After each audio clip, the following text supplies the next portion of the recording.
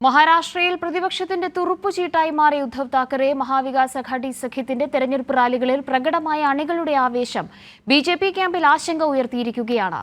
സംസ്ഥാനത്തിന്റെ വിവിധ ഭാഗങ്ങളിലായി 30ഓളം തെരഞ്ഞെടുപ്പ് പ്രചാരണ റാലികളായിരിക്കും താക്കറെ നയിക്കുക.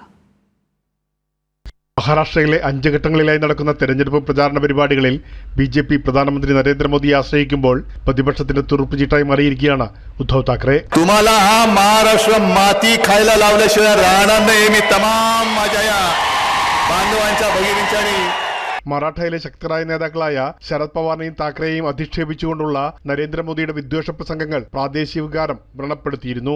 തന്റെ സർക്കാർ അധികാരത്തിലിരിക്കുമ്പോൾ നടപ്പാക്കിയ വാഗ്ദാനങ്ങൾ താക്കറെ ഓർമ്മപ്പെടുത്തി. मी शेतकऱ्यांना कर्जमुक्त करून दाखवलं होतं की नव्हतं? 10 रुपयामध्ये शिवभोजन देऊन दाखवलं की नाही दिलं? कापसाला सोयाबीनला भाव दिला होता की नव्हता? അതേസമയം നരേന്ദ്രമോദിയുടെ മുൻകാല വാഗ്ദാനങ്ങൾ ഒന്നൊന്നായി ചോദിച്ചുകൊണ്ടായിരുന്നു ഉദ്ധവ് താക്കറെ ജനങ്ങളുമായി സംവദിച്ചത്.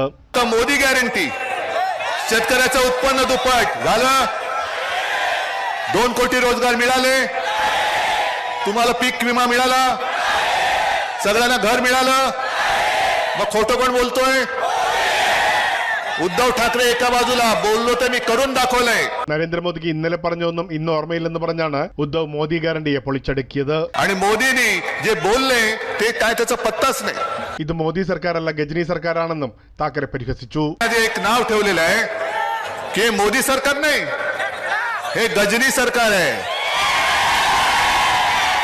ഉദ്ധവ് താക്കറെ ശക്തനായ പ്രതിപക്ഷ നേതാവായി മാറുന്നത് സംസ്ഥാനത്ത് ബിജെപിക്ക് കടുത്ത വെല്ലുവിളി ഉയർത്തിയതോടെ ഷിൻഡെ പക്ഷത്തും ചങ്കിടിപ്പ് കൂടിയിരിക്കുകയാണ്.